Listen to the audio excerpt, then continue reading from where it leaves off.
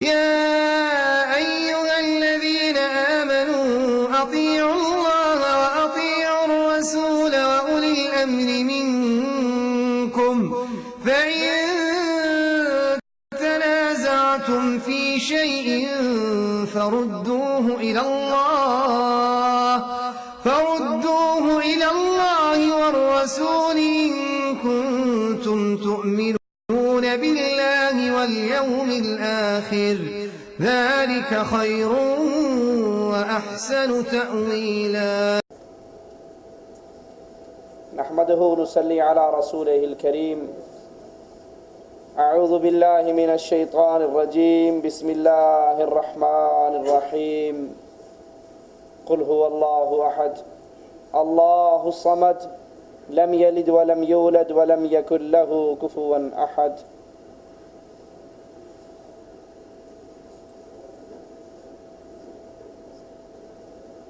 مسلمان اس وقت مختلف طرح کے دشمنوں کے گھیرے میں ہے. بہت سے فتنے اندھیری رات سے بھی سیاہ فتنے مسلمانوں کے اوپر چڑھ دوڑ رہے ہیں. ان فتنوں میں ایک بہت بڑا فتنہ جنہوں نے ہمارے گھروں کو برباد کیا، ہمارے عقیدوں کو برباد کیا، ہمارے مال اور ہماری عزتوں کو بھی برباد کیا، یہ فتنہ نجومیوں کا فتنہ ہے. گلی گلی پہ، شہر شہر میں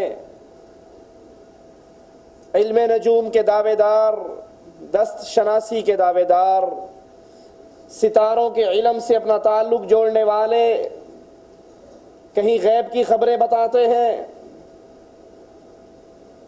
کہیں اطلاعات دیتے ہیں، اور حقیقت میں یہ شیطان کے کارندے ہیں جو مسلمانوں کی عقیدے کو بگاڑ رہے، ان کے معاشرے کو برباد کر رہے. آئیے ذرا علم نجوم کے متعلق کچھ معلومات حاصل کرتے ہیں. شیخ الاسلام ابن تیمیہ رحمۃ اللہ علیہ فرماتے ہیں احوال فلکیہ کے ذریعے زمین پہ ہونے والے کاموں کا استدلال کرنا علم نجوم کہلاتا ہے. ستاروں کا علم آپ نے اکثر دیکھا ہوگا، انڈیا کا تو ہمیں علم نہیں، پاکستان کے سنڈے میگزین کو ہم نے اکثر اٹھا کر دیکھا ہے. اس میں اشتہارات چھپتے ہیں آپ کا یہ ہفتہ کیسے گزرے گا، آپ کے معاملات کیسے رہیں گے، اس ہفتے کے اندر کیا کیا فائدہ ہوگا، کیا کیا نقصان ہوگا. یہ ساری چیزیں حاصل کہاں سے کرتے ہیں؟ ان نجومیوں کے دعوے کے مطابق ہم ستاروں سے یہ علم حاصل کرتے ہیں، اور اس علم سے شریعت منع کرتی ہے. یہ علم حقیقت میں علم غیب کا دعویٰ ہے. غیب کی باتیں، چھپی ہوئی باتیں یہ بتاتے ہیں. ہواؤں کا چلنا، بارش کا برسنا، قیمتوں کا بڑھنا چڑھنا، سفر کا اچھا برا ہونا، رشتوں کا بھلا برا ہونا، ان تمام باتوں کے اندر کچے عقیدے کے مسلمان، بے علم مسلمان جو شریعت سے دور، اللہ کی وحدانیت، عقیدہ توحید میں پختگی سے دور، وہ ہر مسئلے کے اندر، اور اب تو باقاعدہ طور پر ٹیلی ویژن پر ایسے چینل موجود ہیں، ایسے چینل کام کر رہے ہیں جن کو ٹیلی فون کیا جاتا ہے، وہ انسان کی ماں کا نام پوچھتے ہیں شیاطین کے ذریعے، اس کے معاملات کی کوئی سچی جھوٹی خبریں دیتے ہیں، اور ان کا دعویٰ یہی ہوتا ہے کہ ہمارا تعلق علم نجوم سے ہے، ہم ستاروں سے یہ علم حاصل کرتے ہیں. اور ان کا دعویٰ ہے کہ ان ستاروں کا اثر زمین کے اوپر پڑتا ہے، جس سے زمین میں جو کچھ ہوتا ہے ہم اس کا اندازہ لگا لیتے ہیں، اور حقیقت میں یہ اللہ عز و جل کے علم غیب کے خزانے پر دست درازی کے مترادف ہے. ستاروں کا علم 3 طرح کا ہے. ایک علم جس پر پوری امت کا اجماع ہے کہ یہ علم حاصل کرنا کفر ہے. اس کا عالم کافر ہے. اس علم سے مراد یہ عقیدہ رکھنا کہ اس دنیا میں جو کچھ ہو رہا ہے یہ سب ستاروں اور روحانیات کی تاثیر کا مرکب ہے. یہ کہ یہ ستارے زمینی نظام کے کنٹرولر ہیں. کسی کا ستارہ فلاں برج سے ملتا ہے, کسی کا فلاں برج سے. اب جو کچھ ہوتا ہے آپ نے اکثر سنا ہوگا, اجی کیا بتائیں آج کل اس کا ستارہ گردش میں ہے, اس کے دن بڑے پتلے ہیں, حالات بڑے خراب ہیں. کیوں بھائی کیا ہوا؟ اجی اس کا ستارہ گردش میں ہے. انسانوں کی قسمتوں کا تعلق اللہ عز و جل سے توڑ کر یہ علم نجوم کے دعوے دار بد عقیدہ انسان ستاروں کے ساتھ لگا دیتے ہیں. ستارہ گردش میں ہے, حالات خراب ہے. اجی آج کل اس کا ستارہ تو بڑی اونچی پرواز پہ ہے, مال میں کھیل رہا ہے, ڈالروں میں کھیل رہا ہے. یہ عقیدہ بالاجماع کفر ہے. اور یہ عقیدہ یہ ان بے دین نجومیوں کا عقیدہ ہے جن کی طرف ابراہیم علیہ السلام کو بھیجا گیا. یہ نجومی جس قوم کی طرف ابراہیم علیہ السلام آئے وہ سورج کی عبادت کرتے تھے, ستاروں کی پوجا کرتے تھے, چاند کی پوجا کرتے تھے, ان کے سامنے سجدہ ریز ہوتے تھے, ان کے لیے خاص تسبیحات کہتے, ان سے وہ دعائیں مانگتے جو دعائیں صرف ایک اللہ عز و جل سے مانگی جا سکتی ہیں. اس ستارے کی تصویر بنا کر خاص مقام پہ رکھتے, اس کے سامنے جھکتے, اس سے سوال کرتے, اور اس کے سامنے بیٹھ کر انہیں یہ گمان ہوتا کہ ان ستاروں کی روحانیت کا اثر ہم پہ آ رہا ہے. اور یہ روحانیت در حقیقت شیاطین ہے جو بعض اوقات ان سے کلام بھی کرتے ان کے ان باطل عقائد کی نفی کرنے کے لیے اور ان کو لا الہ الا اللہ کی دعوت دینے کے لیے مالک عز و جل نے ابراہیم علیہ السلام کو ان تک بھیجا. علم نجوم کی دوسری قسم کہ ستاروں کی گردش یا ان کے اجتماع اور افتراق سے زمین پر ہونے والے کاموں کا استدلال کرتے ہیں. یہ ان کاموں کو اللہ عز و جل کی تقدیر اور مشیت کے تابع قرار دیتے ہیں. اس علم کو حاصل کرنا بھی کوئی شک نہیں حرام ہے, اس علم میں خیر نہیں ہے. یہ علم انبیاء نے نہیں سکھایا, یہ علم انبیاء کے وارث صحابہ کرام نے نہ سیکھا نہ سکھایا. کیونکہ یہ دعوے ستاروں کو دیکھ کر زمین پہ ہونے والے کاموں کی پیشن گوئی کرنا, فلاں سال تک صدر رہے گا, فلاں وزیر اعظم بنے گا, فلاں یہ ہوگا, فلاں وہ ہوگا, یہ علم غیب کے اندر دعوے کے مترادف ہے. وہ علم جو خاص اللہ کی خاصیت ہے, یہ دعویٰ کرنے والا جیسے ہمارے مانسیرے کا بابا دھنکا شاہ ڈنڈے مار کر کہہ دیتا ہے اس سال نواز شریف وزیر اعظم بنے گا اور اگلے سال بے نظیر بنے گی. یہ علم غیب کے دعوے دار ہیں. یہ عقیدہ رکھنا, یہ علم حاصل کرنا قطعاً ناجائز ہے. اور ہمارے ہاں گلی گلی کے اندر نجومی, دس شناس, ستاروں سے تعلق جوڑنے والے امت کا تعلق اللہ سے توڑ کر اس مخلوق کی طرف جوڑ کر ان سے علم حاصل کرنے والے بیٹھے ہیں. ٹیلی ویژن پر ٹیلی فون کیجئے, آپ کو زندگی کا پورا حساب کتاب بتا دیں گے, آپ کی تقدیر اچھی اور بری کی طلاع دے دیں گے. یہ علم غیب کے دعوے دار ہیں. یہ عقیدہ بھی باطل ہے, یہ علم حاصل کرنا بھی باطل ہے. امام بخاری رحمت اللہ علیہ حضرت قتادہ سے قرآن حکیم کی ایک آیت وَلَقَدْ زَيَّنَا السَّمَاءَ الدُّنْيَا بِمَصَابِيحَ اس آیت کی تفسیر بیان کرتے ہیں, ہم نے آسمان دنیا کو چراغوں سے زینت والا بنا دیا. اس کی تفسیر میں امام بخاری رحمت اللہ علیہ حضرت قتادہ کا قول لے کر آئے کہ اللہ عز و جل نے ستاروں کو 3 اغراض کے لیے پیدا کیا. ستاروں کی پیدائش کا مقصد 3 چیزیں ہیں, 3 اغراض ہیں, 3 فائدے لیے جاتے ہیں. سب سے پہلے آسمان کی زینت, پھر شیطان کو مارنا, اور مسافروں کا راستہ معلوم کرنے کی علامت. مسافر ان ستاروں کو دیکھ کر وقت کا تعین کرتے ہیں، منزل کا تعین کرتے ہیں، راستے کا تعین کرتے ہیں۔ جس نے ان تین اغراض کے علاوہ اس کو کسی اور لیے سمجھا اس نے زبردست غلطی کی، اور حضرت قتادہ فرماتے ہیں اس نے اس کا آخرت میں کوئی حصہ نہیں، آخرت میں اس کا کوئی حصہ نہیں، اس نے آخرت میں اپنے حصے کو کھو دیا۔ اور یہ تینوں چیزیں قرآن حکیم سے ثابت ہیں۔ پہلی چیز، ستاروں کو پیدا کیا گیا آسمان کی زینت کے لیے، قرآن حکیم میں آتا ہے وَلَقَدْ زَيَّنَا السَّمَاءَ الدُّنْيَا بِمَصَابِيحَ، ہم نے آسمان دنیا کو چراغوں سے زینت والا بنایا۔ ستاروں سے کے ذریعے شیطان کو مارا جاتا ہے، قرآن حکیم میں ہے وَجَعَلْنَاهَا رَجُومًا لِلشَّيَاطِينِ، اور انہیں ستاروں کو شیطانوں کے مارنے کا ذریعہ بنایا۔ اور راستہ معلوم کرنے کی علامت کی دلیل بھی قرآن حکیم میں ہے وَعَلَامَاتٍ وَبِالنَّجْمِ هُمْ يَهْتَدُونَ، بہت سی نشانیاں مقرر فرمائی، اور یہ کہ ستاروں سے لوگ راہ حاصل کرتے ہیں۔ ایک اور مقام پہ مالک عز و جل فرماتا ہے وَهُوَ الَّذِي جَعَلَ لَكُمُ النُّجُومَ لِتَهْتَدُوا بِهَا فِي ظُلُمَاتِ الْبَرِّ وَالْبَحْرِ، اور ایسا ہے جس نے تمہارے لیے ستاروں کو پیدا کیا تاکہ تم اس کے ذریعے اندھیروں میں، خشکی میں، دریا میں راستہ معلوم کر سکو۔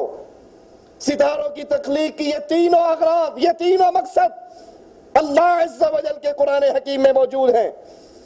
ایک امام حضرت قتادہ کے اس قول پہ تبصرہ کرتے ہوئے کہتے ہیں کہ یہ تو ٹھیک انہوں نے کہا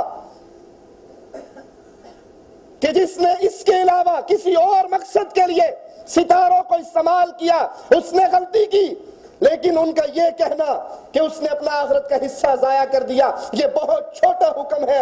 حقیقت یہ ہے کہ ایسے عقیدے کا حامل وہ کافر ہو جاتا ہے جو ستاروں کی آثار کی وجہ سے دنیا میں انقلاب کو دیکھتا ہے، غیب کی باتوں کی اطلاع دیتا ہے، ستاروں سے وہ علم حاصل کرنے کا دعوے دار ہے جس کی دلیل نہ قرآن پاک میں ہے نہ رسول اللہ صلی اللہ علیہ وسلم کی حدیث میں۔ اگر یہاں یہ سوال کیا جائے کہ بعض دفعہ نجومیوں کی باتیں، پیشندوئی کرنے والوں کی باتیں کچھ نہ کچھ تو سچ ثابت ہو جاتی ہیں، تو یہ وہ کاہن ہے، یہ وہ شیاطین ہے جو ان کی طرف القاء کرتے ہیں ایک سچ اور 100 جھوٹ ملا کر وہ عوام کے اندر ان باتوں کو مشہور کر دیتے ہیں۔ بعض نجومی علم نجوم کی دلیل کے لیے قرآن پاک کی یہ آیات بیان کرتے ہیں وَعَلَامَاتٍ وَبِالنَّجْمِ هُمْ يَهْتَدُونَ، کہ ہم نے بہت سی نشانیاں مقرر کی اور ستاروں سے لوگ راہ حاصل کرتے ہیں۔ استدلال یہ کرتے ہیں کہ ستاروں کو علم غیب کی ایسی علامات قرار دیا گیا ہے۔ جواب یہ ہے کہ اس آیت کا یہ مقصود ہرگز نہیں، اس آیت کا یہ مقصود ہرگز نہیں کہ ستاروں کو علم غیب حاصل کرنے کا ذریعہ بنایا گیا، نہیں، بلکہ یہ عقیدہ باطل ہے۔ علم غیب صرف اللہ عز و جل کی صفت ہے، جب چاہتا ہے اپنے نبی پر وحی کر کے جس مسئلے کی اطلاع دینا چاہتا ہے اس کو بتا دیتا ہے، اور جو اللہ نہیں بتانا چاہتا نبی علیہ السلام کی زبان سے نکل جاتا ہے یہودیوں کے سوال کے جواب میں کل کو بتاؤں گا، انشاءاللہ نہیں کہا، مالک اپنی وحی کو روک لیتا ہے۔ علم غیب نہ نجومیوں کو، نہ جادوگروں کو، نہ دس شناسوں کو، نہ ستاروں سے تعلق جوڑنے والوں کو، نہ جاہل پیروں کو، یہ غیب خاصہ ہے اللہ عز و جل کا۔ جب چاہتا ہے اپنے رسولوں میں سے جس کو جو چاہتا ہے بتا دیتا ہے، اور وہ رسول اللہ کی بتائی ہوئی بات اپنی مخلوق، اپنی امت کو بتا دیتے ہیں۔ جس طرح حدیث میں آتا ہے ایک عورت ایک صحابی کا خط لے کر چلی، رسول اللہ صلی اللہ علیہ وسلم نے حضرت علی کو بھیجا، جاؤ فلاں کنویں پہ وہ عورت ملے گی، اس کے پاس خط ہوگا، اس سے لے کر آؤ۔ حضرت علی پہنچے، اسی کنویں پر وہ عورت ملی، اس کو کہا خط دے دے، اس نے انکار کیا، اس نے کہا میری تلاشی لے لو، میرے پاس خط نہیں ہے۔ حضرت علی کے ساتھی کہنے لگے اس کے پاس تو واقعی خط نہیں ہے، سامان تو ہم نے سارا اس کا دیکھ لیا، واپس چلو۔ کہا سبحان اللہ، یہ کیسے ہو سکتا ہے کہ محمد کریم صلی اللہ علیہ وسلم بتائیں یہ عورت فلاں کنویں پہ ملے گی اور وہیں پر ملے، اور نبی کہے اس کے پاس خط ہے اور وہ خط نہ ہو، یہ کیسے ہو سکتا ہے؟ تلوار نکالتے ہیں، کہتے ہیں عورت وہ خط ہمارے حوالے کر دے مگر میں اس تلوار سے تیری گردن کو کاٹ ڈالوں گا۔ وہ عورت کہتی ہے اپنے چہروں کو بدلو، چہرے اس طرف کرو، اپنے بالوں کو کھول کر چٹیا میں باندھا ہوا وہ خط حضرت علی کے حوالے کر دیتی ہے۔ یہ خبر رسول اللہ صلی اللہ علیہ وسلم کو کس نے دی؟ یہ عورت کنویں پہ ملے گی، خط اس کے پاس ہوگا، یہ اطلاع دینے والا اللہ عز و جل۔ علم غیب خاصا اللہ کا، جب چاہتا ہے اپنے نبی کو جو چاہتا ہے وہ بتا دیتا ہے، اور جو نہیں چاہتا تو نبی کریم زہر والا کھانا بھی کھا لیتے ہیں۔ آخری وقت کہتے ہیں عائشہ وہ یہودیہ کا ہاتھ کا زہر جو میں نے کھایا تھا آج میری رگوں کو کاٹ رہا ہے۔ حضرت عبداللہ ابن عباس رضی اللہ عنہما وعلامات وبالنجم هم يهتدون اس کی تفسیر کرتے ہوئے فرماتے ہیں کہ اس سے مراد دن کے وقت راستے معلوم کرنے کے نشانات، سمندری سفروں میں ستاروں کے ذریعے راستے پہچاننے کی مدد ملتی ہے۔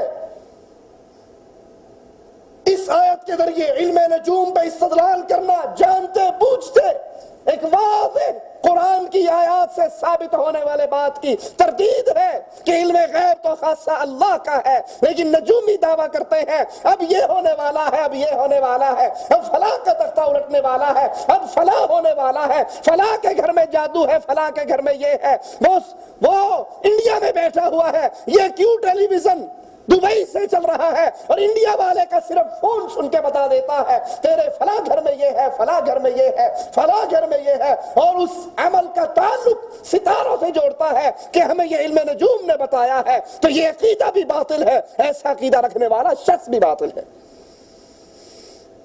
رسول اللہ صلی اللہ علیہ وسلم علم نجوم کے بارے میں آپ کی ایک بات، آپ کی ایک حدیث سمجھنے والوں کے لیے کافی ہے، روشنی کا منارہ ہے۔ رسول اللہ صلی اللہ علیہ وسلم فرماتے ہیں جس کسی نے علم نجوم کا ایک باب سیکھا اس نے جادو کا ایک باب سیکھا۔ حضرت عبداللہ بہت بڑے تابعی، ان کو سلیمان بن عبد الملک نے بلا کر کہا کہ کاش آپ علم نجوم کو کچھ سیکھ لیتے، علم نجوم کچھ حاصل کر لیتے، آپ کا علمی خزانہ بڑھ جاتا۔ یہ مشہور تابعی سلیمان بن عبد الملک کو جواب میں کہتے ہیں رسول اللہ صلی اللہ علیہ وسلم نے فرمایا مجھے اپنی امت پر 3 چیزوں کا سب سے زیادہ خوف ہے، حاکموں کا ظلم، تقدیر کا جھٹلانا اور علم نجوم پر ایمان لانا، اس کی تصدیق کرنا۔ تقدیر کا جھٹلانا، اور یہ بیماری بھی عام، یہ بیماری بھی عام ہے، تقدیر کا انکار کرتے ہیں، اور اگر دلائل دے کے سمجھائے جائے کہتے ہیں اچھا جی پھر ہمیں نماز پڑھنے کی کیا ضرورت ہے، ہماری قسمت میں اگر لکھا ہوا ہے کہ ہم نے جنت میں جانا ہے تو چلے ہی جانا ہے، پھر کیوں نماز پڑھیں، پھر کیوں روزہ رکھیں۔ یہ شیطانی حجتیں پیش کرتے ہیں۔ اور اگر یہی تقدیر کا مسئلہ دنیا کے مسائل میں سمجھاؤ، اچھا جی مولوی صاحب آپ کی قسمت میں ہے آج آپ نے حلوہ شریف کھانا ہے، کمرے میں بیٹھ جاؤ کنڈی لگا کر، کوئی نہ کوئی مرید دے جائے گا۔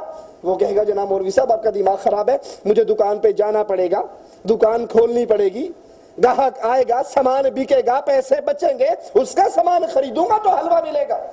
دنیا کے بارے میں وہ تقدیر کے جھوٹے سہارے جو شیطان سکھاتا ہے کبھی دنیا کے مسئلے پہ نہیں سیکھتے۔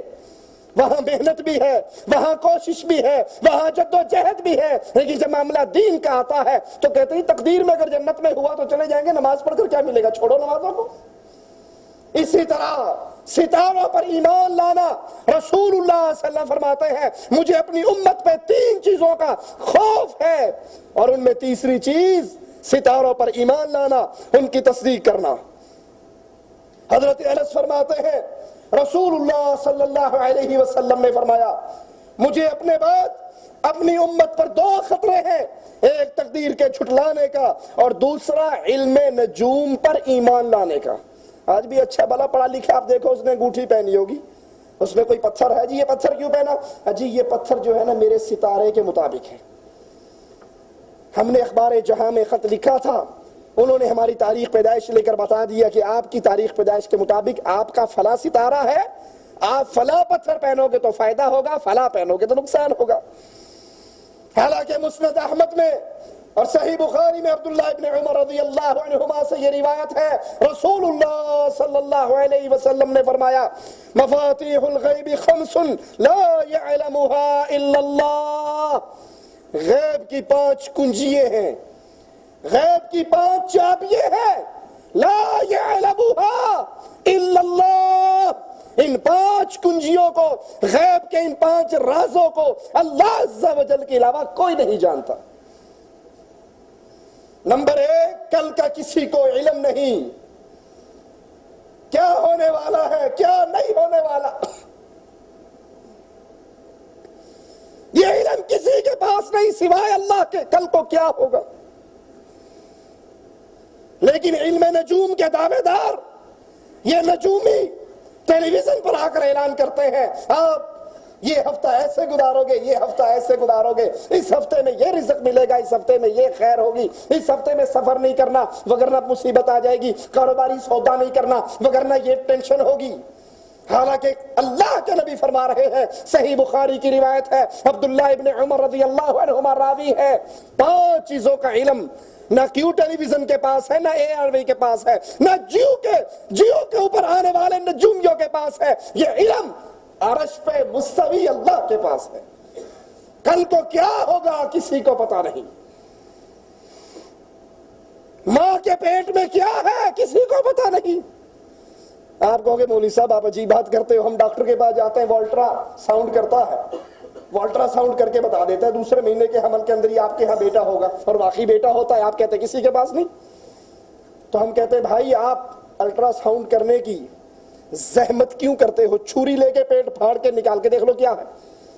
الٹرا ساؤنڈ والا بھی تو ایک مشین لگا رہا ہے نا، وہ بھی ایک ذریعے سے دیکھ رہا ہے، تو چھری بھی ایک ذریعہ ہے، پھاڑ کے نکال کے دیکھ لو آپ کو پتہ لگ جائے گا کیا ہے۔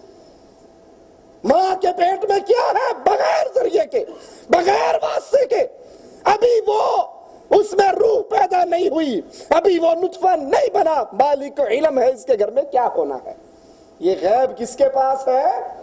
یہ پیروں کے پاس نہیں ہے کہ تعویذ دیتے ہوئے کہہ دیتے ہیں یہ کرتی ہی ہوئے گی، اگلے دروازے پہ کہتے ہیں نہیں منڈا ہوئے گا، انہوں پتا کچھ نہ کچھ تو ہوئے گا نا۔ ایک گھر میرا مرید نہ بھی رہا تو دوسرا گھر تو پکا مرید رہے گا۔ ماں کے پیٹ میں کیا ہے غیب کی خبر بغیر واسطے اور وسیلے کے اس کا علم کسی کے پاس نہیں ہے۔ اللہ عز و جل کے علاوہ کسی کو علم نہیں۔ بارش محکمہ موسمیات والے اپنے آلات کے ذریعے واسطے اور وسیلے کے ذریعے گمان کر لے، حالات کو دیکھ کر، بادلوں کو دیکھ کر، رطوبت کو دیکھ کر ذریعہ استعمال کر کے وہ اس میں داخل نہیں ہوتا، اور اکثر ایسا ہوتا ہے کہ جو وہ کہتے ہیں معاملہ اس کے الٹ ہوتا ہے۔ ہم نے ایک دفعہ اخبار میں ایک کارٹون دیکھا، محکمہ موسمیات نے کہا تھا یہ پورا ہفتہ خشک رہے گا، اور وہ اخبار پڑھ رہا ہے اس کے اوپر چھتری اور دھما دھم بارش ہو رہی ہے۔ یہ قطعی علم بارش کب ہوگی کس کے پاس ہے؟ اللہ عز و جل کے پاس ہے۔ کسی انسان کو یہ علم نہیں کہ اس نے کس زمین پہ فوت ہونا، یہ علم کس کے پاس ہے؟ کون کہاں مرے گا یہ کسی کو پتا۔ جھوٹ بولتے ہیں جن کا یہ دعویٰ ہے ہمارے پیر صاحب کو تو پہلے ہی پتا تھا مرنا ہے نہیں مرنا، کب مرنا، کس نے کہاں مرنا، کب مرنا، نہ پیر کو پتا، نہ فقیر کو پتا، نہ بزرگ کو پتا، نہ چھوٹے کو پتا، نہ بڑے کو پتا۔ یہ علم کس کے پاس؟ اللہ عز و جل کے پاس۔ قیامت کب قائم ہوگی؟ نجومی پیشن گوئی آپ نے اخبارات پڑھے ہوں گے، دیکھتے ہوں گے، بس جی یہ 2020 کے اندر دنیا ختم ہو جائے گی۔ کئی دفعہ نجومیوں نے پیشن گوئی کر لی، کائنات میں سب سے افضل محمد الرسول اللہ صلی اللہ علیہ وسلم، میرے نبی کی جوتی سے اڑنے والا ایک ذرہ ایک پلڑے میں، کائنات کے سارے نجومی ایک پلڑے میں، محمد کے قدموں سے اڑنے والے ذرے کے برابر بھی یہ نجومی نہیں ہو سکتا۔ جبریل آئے تھے علیہ الصلوۃ والسلام، کہا تھا متی الساعہ یا رسول اللہ صلی اللہ علیہ وسلم، قیامت کب آئے گی؟ آقا نے کہا جبرائیل جیسے تجھے علم نہیں ویسے مجھے بھی علم نہیں. جس طرح مسئول نہیں جانتا سائل نہیں جانتا مسئول بھی نہیں جانتا. ہاں یہ نشانیاں ہیں جو مالک نے بتائی, یہ نشانیاں بتا دیتا. قیامت کا علم نجومیوں کی پیشن گوئی جھوٹی. جب محمد کریم نے کہہ دیا صلی اللہ علیہ وسلم کہ مجھے علم نہیں, اور مائی کا لال کیسے دعویٰ کر سکتا ہے فلاں سن میں قیامت آ جائے گی, دنیا ختم ہو جائے گی؟ یہ کہنے والے جھوٹے. قیامت کا یقینی علم اللہ عز و جل کے پاس. حضرت عباس بن عبد المطلب رضی اللہ عنہ وارضاہ سے روایت ہے, رسول اللہ صلی اللہ علیہ وسلم نے فرمایا جزیرہ عرب کو اللہ عز و جل نے شرک سے پاک اور صاف کر دیا, یہاں تک کہ علم نجوم ان کی گمراہی کا سبب بنے.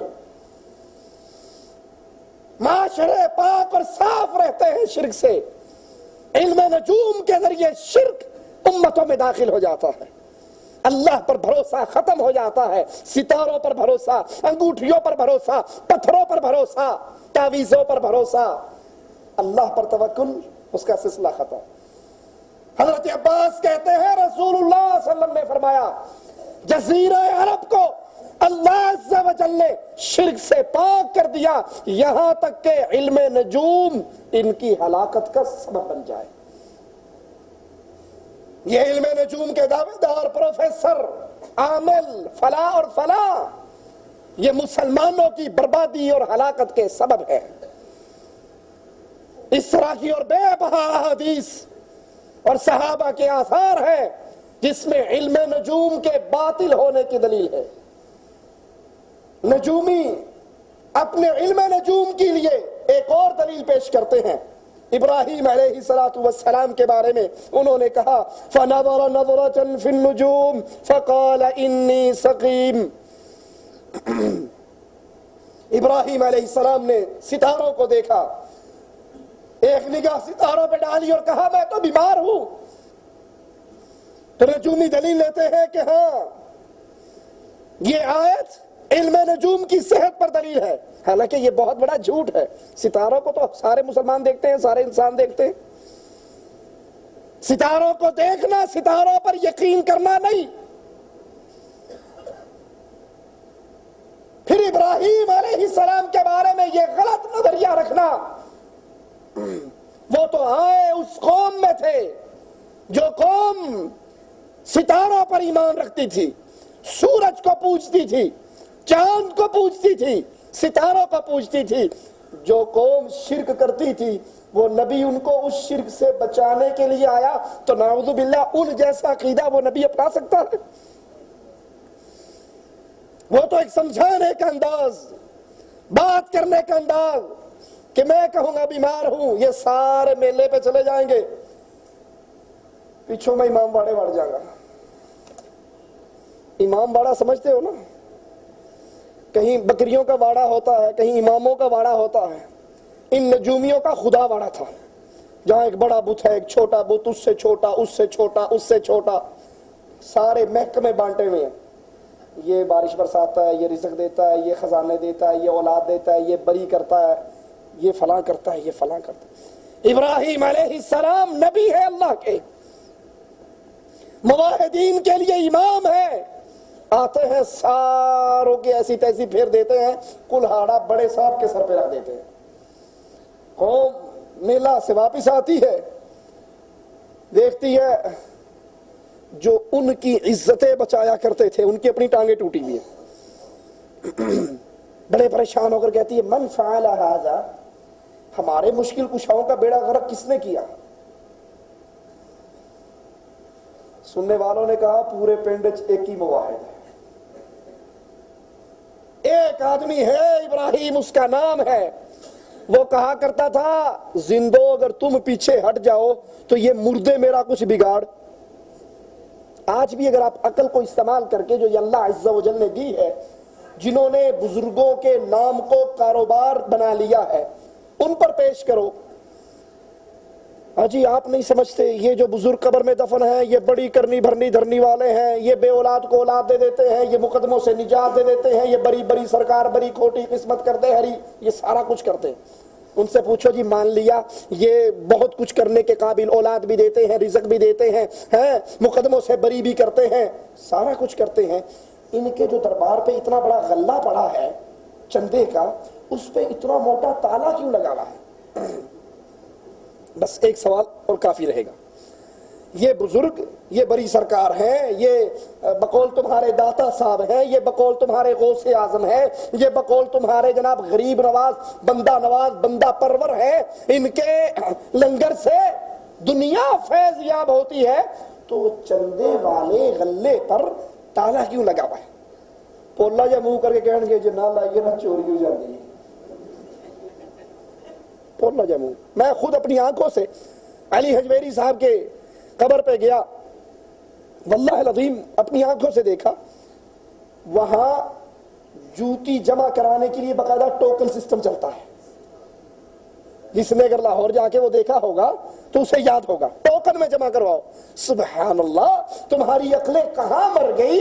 تمہارے عقیدے کے مطابق یہ بابا جی داتا بھی ہے، یہ غوث اعظم بھی ہے، یہ بگڑیے بنا دیتے ہیں، یہ بیماروں کو شفا دے دیتے ہیں، یہ اولاد، یہ سارا کچھ کر دیتے ہیں، اپنے مزار پہ آنے والے مریدوں کی جوتیوں کے رکھوالے نہیں ہو سکتے؟ یہ چور کو کیوں نہیں پکڑ لیتے؟ یہ درباروں پہ پڑے ہوئے صندوقوں پہ ٹرائسل کے تالے کیوں لگے ہوئے ہوتے ہیں؟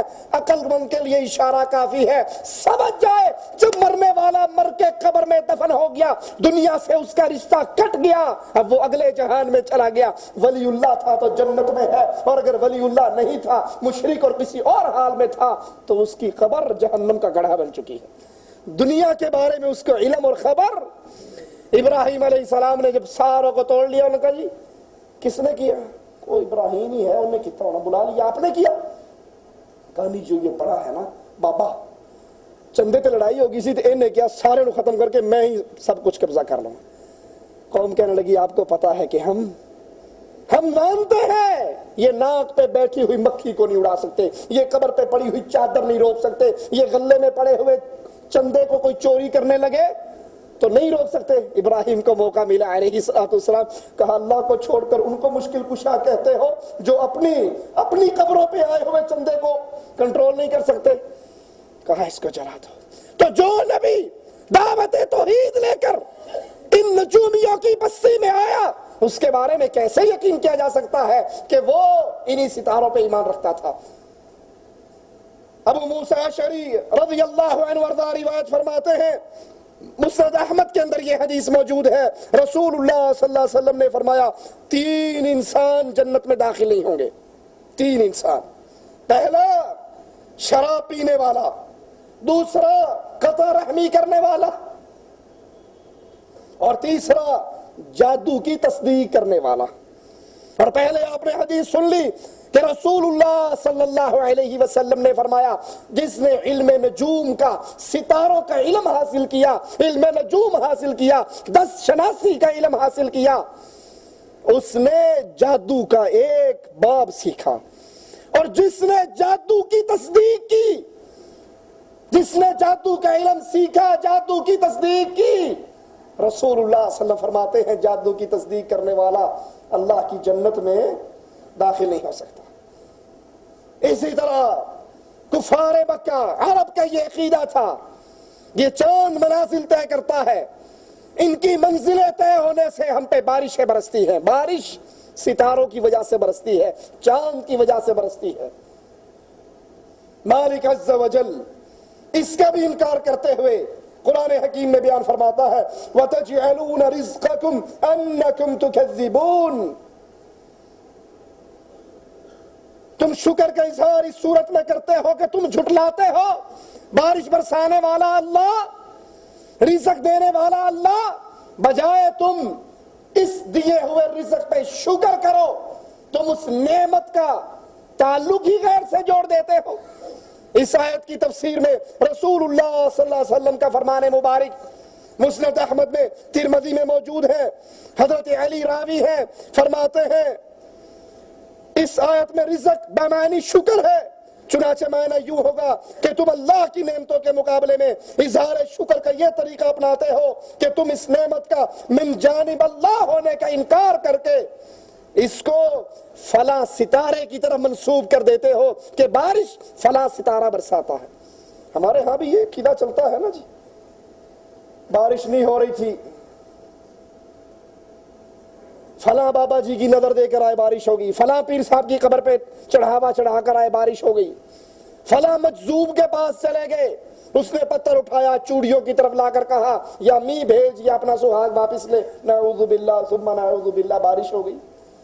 یہ عقیدہ بد کفار مکہ کا، مشرکین مکہ کا، اور اس وقت سے یہ چلتا آ رہا ہے کہ بارش کا تعلق وہ اللہ مالک سے توڑ کر غیروں سے جوڑتے ہیں۔ ہمارے پاکستان میں گجرات میں ایک بابا جی بڑے مشہور ہیں، وہ کیا کرتے ہیں، لال اندھیری چھوڑتے ہیں۔ جب لال اندھیری چلی ہوئی ہو تو جی وہ فلانے بابے نے چھڑ لی ہے۔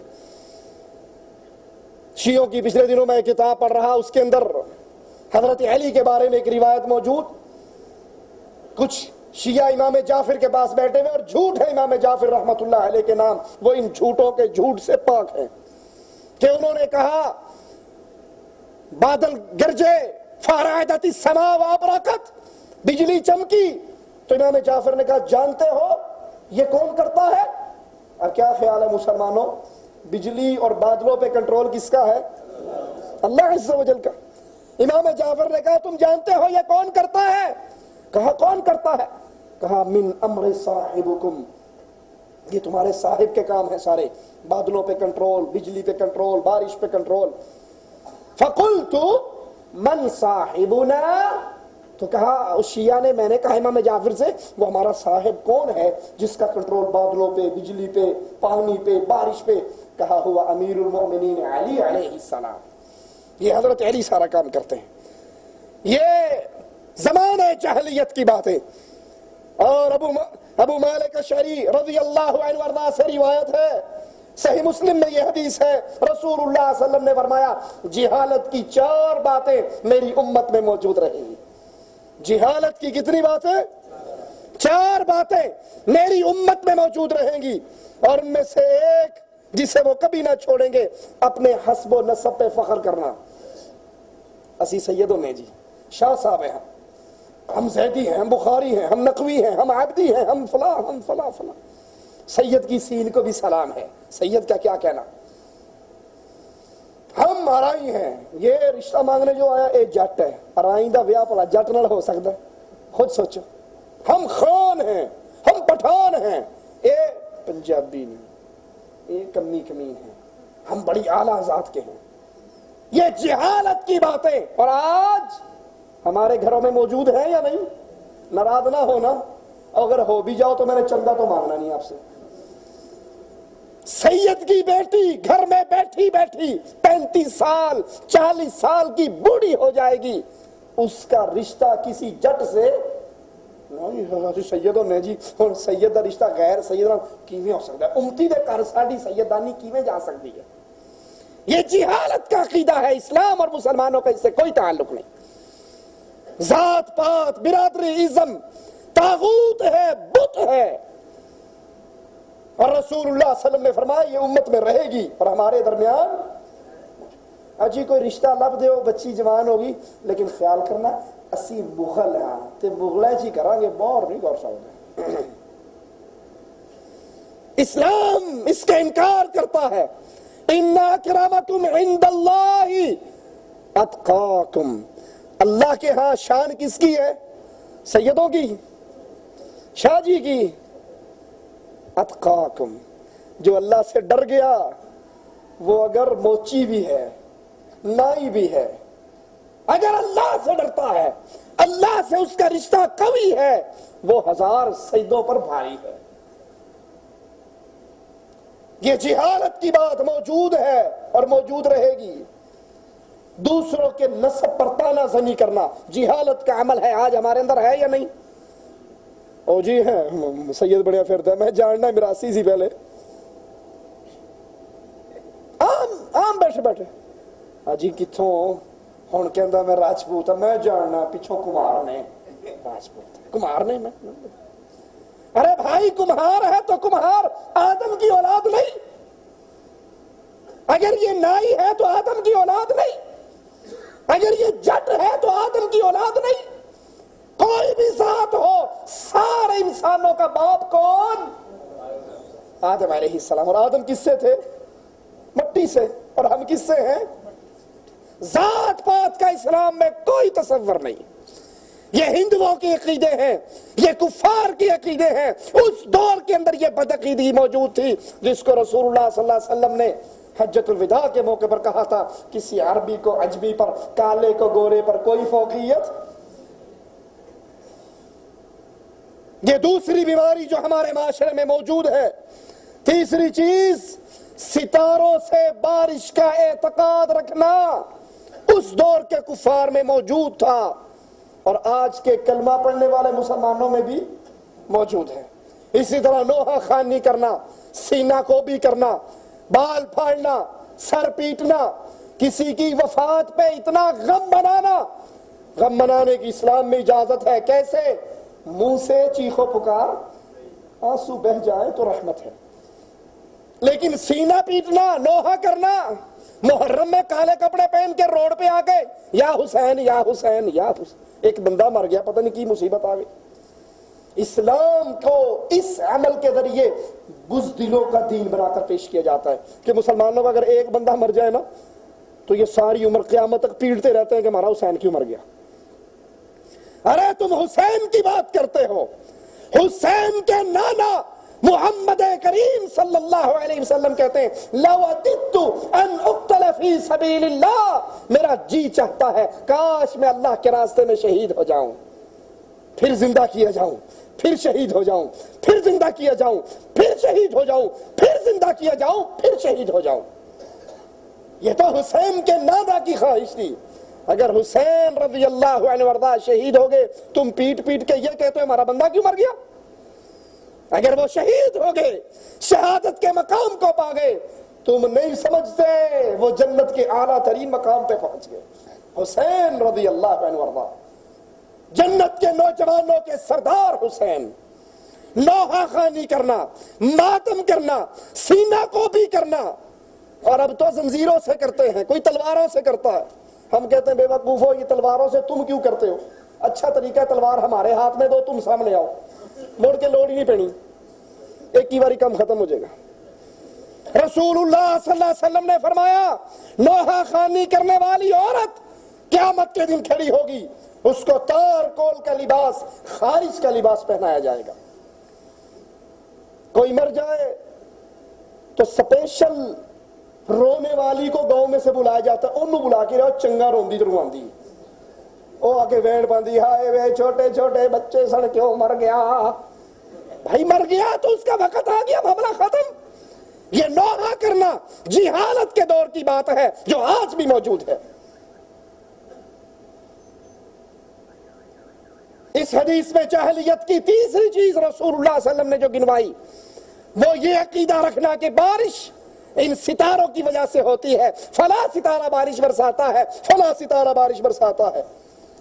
اور یاد رکھیے ستاروں کے بارے میں یہ اعتقاد رکھنا، اگر یہ اعتقاد رکھا جائے کہ بارش برسانے والا ہی ستارہ ہے، ستارے کے حکم سے بارش ہوتی ہے، یا علی کے حکم سے بارش ہوتی ہے، یا فلاں بابا جی کے حکم سے بارش ہوتی ہے، اگر ان کے حکم پر اعتقاد رکھ لیا جائے، ایسا اعتقاد رکھنے والا کفر کر رہا ہے، ایسا اعتقاد رکھنے والا کافر ہے جو اللہ عز و جل کی نعمت کو غیر اللہ کی طرف منسوب کرتا ہے، کیونکہ کفار مکہ کا بھی یہ عقیدہ نہیں تھا۔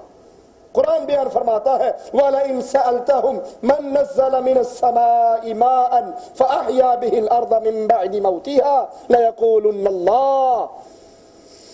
اگر ان کفار مکہ سے بھی پوچھو آسمان سے پانی اتار کر مردہ زمین کو زندہ کرنے والا کون، تو وہ بھی کہیں گے اللہ۔ اور اگر یہ رکھا جائے کہ نہیں بارش برسانے والا ستارہ ہے لیکن اصل اس کا مالک اللہ ہے، سبب یہ ستارہ بن جاتا ہے، تو یہ عقیدہ رکھنا بھی حرام ہے۔ یہ عقیدہ رکھنا بھی حرام ہے شریعت میں، اس کی بھی اجازت نہیں ہے۔ دنیا میں جو کچھ ہے اس کا کنٹرول کس کے پاس ہے؟ اللہ عز و جل کے۔ بارش کب برسانی ہے؟ وہ برسانے والا اللہ۔ اس بارش سے کیا کچھ پیدا ہونا ہے وہ پیدا کرنے والا اللہ عز و جل۔ اب سوچئے، جو ستارے کو پکارے اور ستارے سے بارش کا عقیدہ رکھے وہ تو کافر ہے، اور جو مردوں کو پکارے، جو قبروں کو پکارے، جو بے جان لاشوں کو پکارے، جن کے بارے میں قرآن کہتا ہے اموات غیر احیاء وما یشعرون ایان یبعثون، جو مر کر قبر میں دفن ہو گئے، ان کا اگلا سسٹم، اگلا جہان، برزخ کی زندگی شروع ہو گئی، ان کو اب دنیا کی زندگی کا شعور نہ اٹھائے جانے کا پتہ ہے، نہ زندگی کا شعور ہے، ان کا تو معاملہ ہی اگلا شروع ہو گیا۔ جو ان کو پکارے، ان سے رزق مانگے، خواجہ نہ دے گا تو پھر کون دے گا، اس طرح کے جملے کہے تو ان کے بدعقیدہ ہونے میں کوئی شک نہیں، کیونکہ دینے والا اللہ، روکنے والا اللہ، بارش برسانے والا اللہ، برسی ہوئی بارش سے انگوری نکالنے والا اللہ، انگوری کے ذریعے رزق کا بندوبست کرنے والا اللہ عز و جل۔ تو توحید کا عقیدہ یہ ہے کہ اپنے رشتے کو اللہ عز و جل سے مضبوط کیا جائے، اللہ سے تعلق جوڑا جائے، اور اس مالک کے علاوہ جن چیزوں سے لوگوں نے اپنا تعلق جوڑ لیا ہے اس کو توڑ دیا جائے۔ آئیے صحیح بخاری کی حدیث کو سنیں اور پھر اپنے عقیدوں کی اصلاح کریں۔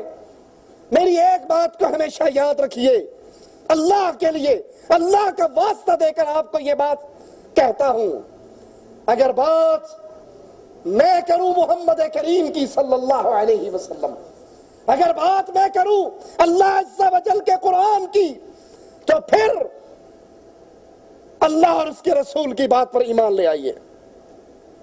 اگر ہماری زبان سے آپ جملہ سنو، فلاں بابا جی نے کہا، فلاں شیخ جی نے کہا، فلاں پیر جی نے کہا، فلاں ملا جی نے کہا، فلاں امام جی نے کہا، تو اللہ کی قسم یہ بات شیطان کی بات ہے، اس کو دیوار میں دے ماریے۔ اور اگر ہم کہیں لوگوں کائنات میں سب جھوٹے ہو سکتے ہیں، نہ عرش والے کی بات جھوٹی ہے، نہ مدینے والے کی بات جھوٹی ہے، تو پھر اس دعوت پر لبیک کہیے، اس کو سینے سے لگائیے، اس کو دل میں اتاریے، کیونکہ نجات وہ پائے گا جو پوجے عرش والے کو، پوجے مدینے والے کو۔ رسول اللہ صلی اللہ علیہ وسلم کی حدیث سنیے، بخاری و مسلم میں ہے، زید بن خالد رضی اللہ عنہ وارضا اس کے راوی ہیں، فرماتے ہیں ایک دن رسول اللہ صلی اللہ علیہ وسلم نے حدیبیہ کے مقام پہ فجر کی نماز پڑھائی، جبکہ اس رات کو بارش ہوئی تھی۔ رسول کریم علیہ السلام، جب بھی سنو گے اللہ کی قسم ہماری زبان سے دو ہی باتیں سنو گے، اللہ نے یہ کہا، رسول اللہ نے یہ کہا، تیسری ہستی کو ہم جانتے، کیونکہ ان سے جھوٹ سرزد ہو سکتا ہے، غلط کہہ سکتے ہیں، پیر ہو، فقیر ہو، ملا ہو، امام ہو، شیخ ہو، ان کی گارنٹی عرش والے نے، لیکن محمد صلی اللہ علیہ وسلم کی گارنٹی کس نے دی ہے؟ وما ينطق عن الهوى ان هو الا وحی یوحى۔ ہر بندہ اپنی مرضی سے کلام کرتا ہے، محمد رب کی مرضی سے کلام کرتے ہیں صلی اللہ علیہ وسلم۔ اللہ کے نبی نے فجر کی نماز پڑھائی، رات بارش ہوئی تھی، سجدہ بارش والی جگہ پہ ہوا، اور کہا تم جانتے ہو تمہارے رب نے مجھے کیا کہا ہے؟ صحابہ نے پوچھا اس کا علم تو اللہ اور اس کے رسول کو ہی ہے۔ فرمایا، مالک فرماتا ہے کچھ بندے آج مجھ پر ایمان کی حالت میں صبح کیے ہیں، کچھ لوگ صبح کیے حالت ایمان میں، اور کچھ لوگوں نے صبح کی حالت کفر میں۔ سبحان اللہ، ایک بارش کا برسنا انسان کو کفر سے، ایمان سے کفر کی وادی میں لے جاتا ہے۔ کچھ لوگوں نے صبح کی مومن ہو کر، کچھ لوگوں نے صبح کی کفر کر کے۔ کہا یا رسول اللہ صلی اللہ علیہ وسلم وہ کیسے؟ کہا جس نے یہ کہا یہ بارش اللہ کا فضل ہے، یہ بارش اللہ کا کرم ہے، یہ بارش اللہ عز و جل نے برسائی ہے، اس نے زمین کو پانی پلایا، اپنی مخلوق کو پانی پلایا، اصبحوا بی مؤمنن، یہ تو مومن ہو گئے۔ اور جس نے کہا کہ نہیں یہ بارش فلاں ستارے نے برسائی ہے، فلاں ستارے کے سبب سے یہ بارش برسی ہے، اور جس نے یوں کہا کہ یہ بارش فلاں اور فلاں ستارے نے دی ہے، انہوں نے رب کے ساتھ کفر کیا۔ اخبار جہاں میں یہ اشتہار پڑھ کر میرا یہ ہفتہ کیسا گزرے گا، اس کے مطابق پتھر خریدنے والوں، عقیق خریدنے والوں، اس کے مطابق عقیدے بنانے والوں، ایک جملے پہ غور کرو۔ اللہ کے نبی فرما رہے ہیں جس نے یہ کہا یہ بارش فلاں ستارے نے برسائی ہے، وہ اللہ کے ساتھ کفر کی حالت میں بیدار ہوا۔ ثابت ہوا کہ بارش کے نزول کو اللہ کی تخلیق سمجھنے والا اگر بارش کی نسبت ستارے کی طرف بھی کر دے تو اس نے کفر کا ارتکاب کیا، لیکن یہ شرک اصغر ہے، جبکہ ستاروں کو بارش کا خالق اور فاعل سمجھنے والا وہ کفر اکبر کر رہا ہے۔ اس زمین کا مالک، اس زمین کا خالق، ستاروں کا خالق، آسمان کا خالق، زمین کا خالق، بارش کو برسانے والا، انگوریے پیدا کرنے والا، اولاد دینے والا، رزق دینے والا، وہ صرف ایک اللہ عز و جل ہے۔ اس سے اپنے تعلق کو جوڑو، اس سے مانگو، اس سے سوال کرو، اس سے محبت کرو، اس پر بھروسہ کرو، اس سے امیدیں لگاؤ، اور جو اپنے رب پر بھروسہ کرے وَمَن يَتَوَكَّلْ عَلَى اللَّهِ فَهُوَ حَسْبُهُ، جو اللہ پر بھروسہ کر لیتا ہے اللہ پھر اس کے لیے کافی ہو جاتا ہے۔ اللہ سے دعا ہے اللہ ہمیں توحید کا فہم عطا فرما، اللہ ہمیں شرک کی غلاظتوں سے، نجاستوں سے پاک فرما، اللہ ہمیں ہر طرح کی بدعقیدگی سے محفوظ فرما، ہمیں زندہ رکھ ایمان پر، ہمیں موت دے توحید پر۔ اللہ اس حال میں اپنے پاس بلانا، تو ہم سے راضی ہو، ہم تجھ سے راضی ہو۔ اللہ ہمارے بڑے گناہ ہیں، اپنی رحمت سے ہمارے گناہوں کو معاف فرما۔ اللہ ہمیں جن مسلمان بھائیوں پر قرضہ ہے اپنی رحمت سے ادا فرما دے۔ اللہ جن مسلمانوں کے اوپر قرضہ ہے اپنی رحمت سے ادا فرما دے۔ اللہ جو پریشان ہے ان کی پریشانیوں کو دور فرما دے۔ اللہ جو بے اولاد ہیں ان کو اولاد عطا فرما دے۔ اللہ جو بے اولاد ہیں ان کو اولاد عطا فرما دے۔ اللہ ہماری زندگی میں، اللہ ہماری زندگی میں سکھ عطا فرما دے۔ اللہ ہمیں دین کے لیے فکر کرنے کی توفیق عطا فرما دے۔ اللہ دین سیکھنے کی توفیق عطا فرما دے۔ اللہ دین سیکھتے اور سکھاتے ہوئے اپنے پاس بلا لے۔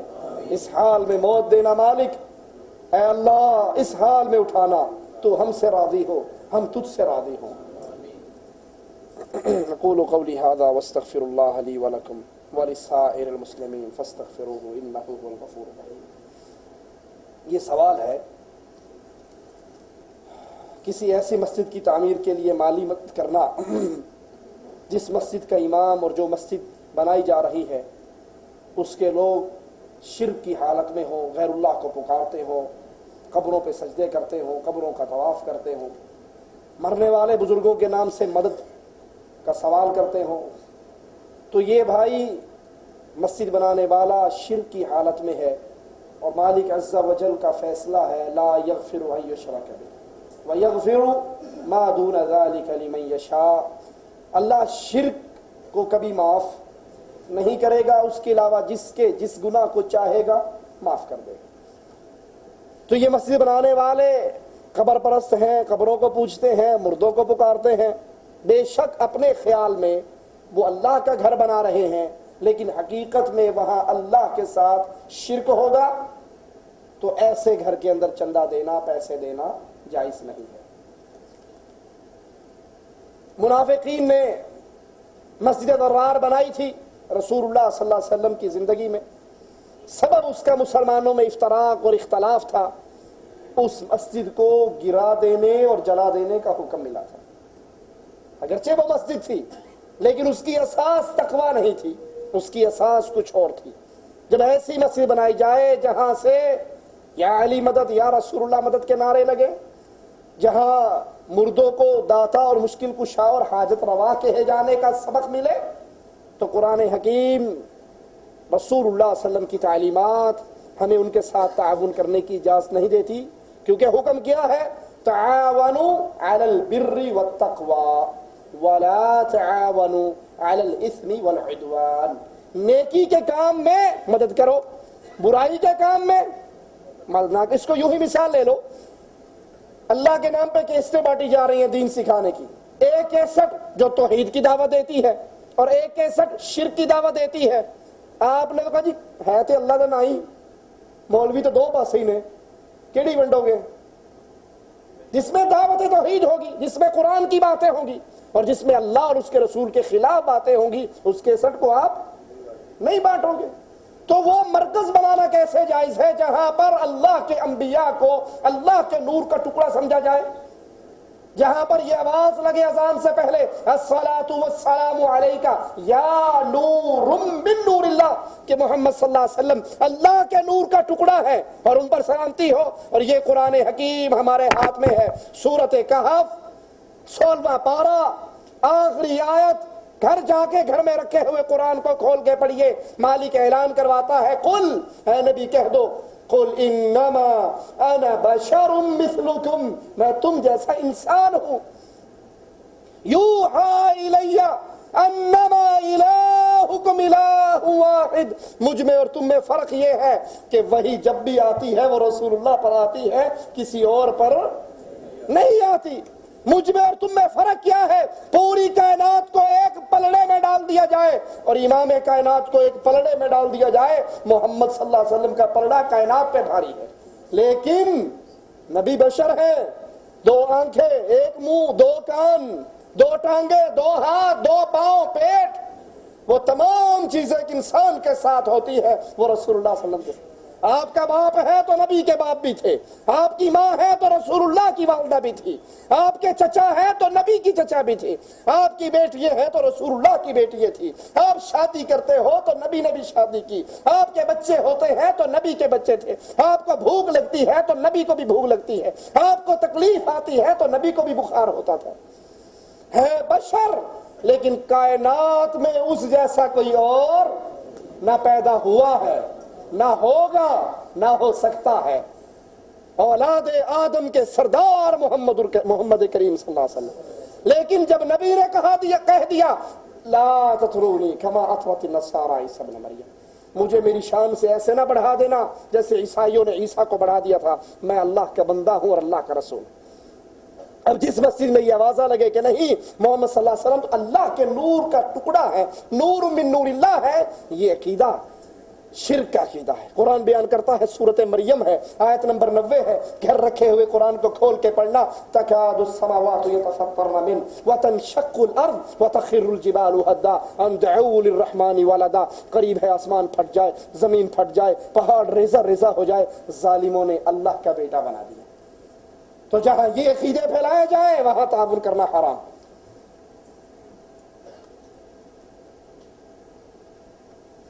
ہمارا مسئلہ یہ ہے کہ ہماری ورکشاپ ہے لوہے کی، ہر وقت شور و غل رہتا ہے، کیا اس میں ہم قرآن حکیم کی تلاوت لگا سکتے ہیں؟